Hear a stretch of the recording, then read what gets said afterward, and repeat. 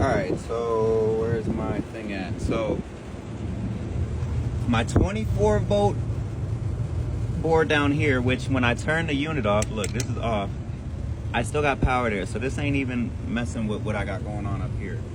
But hold on, I'm sending you a video, Mr.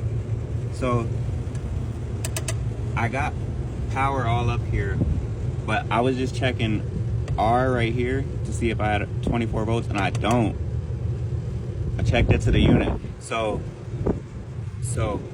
now I know. So I came to the transformers and I'm like, all right, let me check these fuses right here. This fuse was bad right here, and then I looked for fuse 4 over there, the spot here.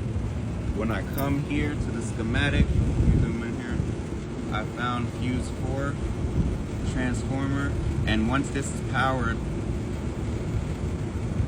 it transformed my 24 volt, and this is my cooling safeties. I got my heating safeties. So once I pop in this fuse, I'm gonna reset this thing, and that should do it. On the board in there, I got a call for my blower to be on. It's not on. Looking at this red wire, that's my power to my blower. Comes back in here and then comes in right here. I push this in.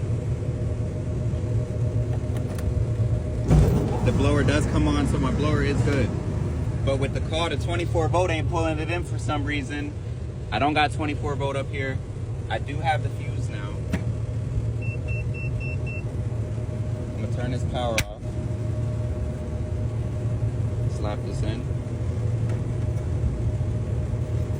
20 amp now. Before it was a 10 amp in there. And it says that it takes a 20 amp. So I got a 20 in there now. Hit the switch. See, blower's calling. It's on. Yes.